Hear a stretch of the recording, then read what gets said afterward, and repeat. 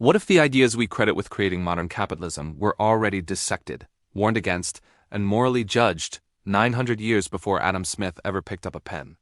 What if the invisible hand had already been examined and found dangerous when left alone? We are taught a comfortable story. That serious economic thinking began in Europe. That before the 18th century, wealth was treated with suspicion. Markets were poorly understood and religion stood in the way of progress. But history hides an inconvenient truth.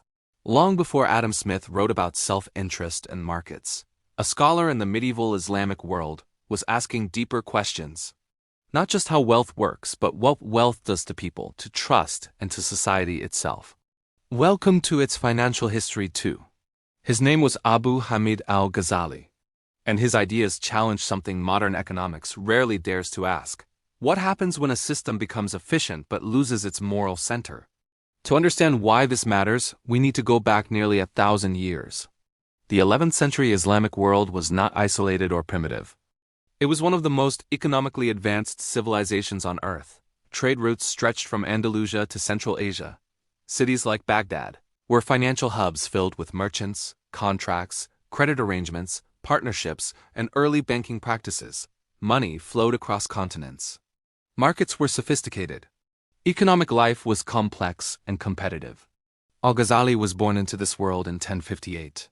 He rose quickly, becoming one of the most respected scholars of his era and teaching at the prestigious Nizamiya Academy in Baghdad. He mastered law, philosophy, theology, and logic. But what made him different was not technical brilliance. It was his obsession with human behavior. He didn't study markets as abstract systems. He studied them as mirrors of the human soul. And what he saw troubled him. Al-Ghazali begins his thinking not with profit, but with necessity. Human beings, he explains, are dependent by nature. No one can survive alone. One grows crops, another mills grain, another bakes bread. This mutual dependence creates specialization.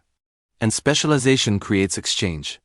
Markets are born not from greed, but from cooperation. They are a solution to human limitation. Money itself, he argues, was invented to solve a practical problem. Barter is inefficient. You cannot always trade exactly what you have for what you need. Money becomes a neutral medium that allows value to circulate smoothly. In this early stage, money has no moral quality. It is a tool, a servant, nothing more. But this is where the danger begins. As societies become more prosperous, Al-Ghazali observes a subtle shift. People stop seeing money as a means and start seeing it as a goal.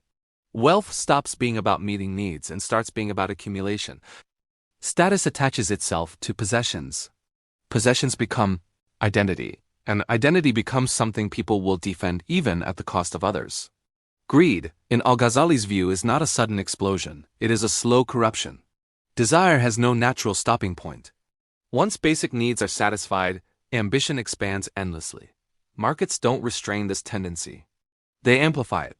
This is the rise phase of economic systems. Productivity increases. Trade expands. Wealth grows. But something invisible is changing beneath the surface. Moral restraint weakens. Fairness becomes negotiable. The question quietly shifts from, is this just?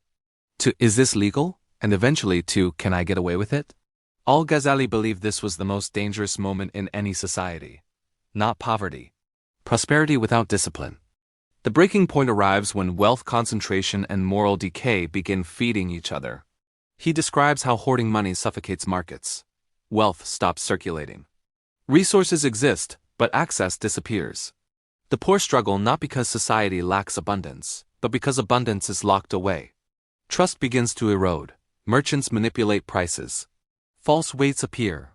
Deception becomes normalized. Once trust disappears, every transaction becomes more expensive. Cooperation collapses. People assume bad intentions by default.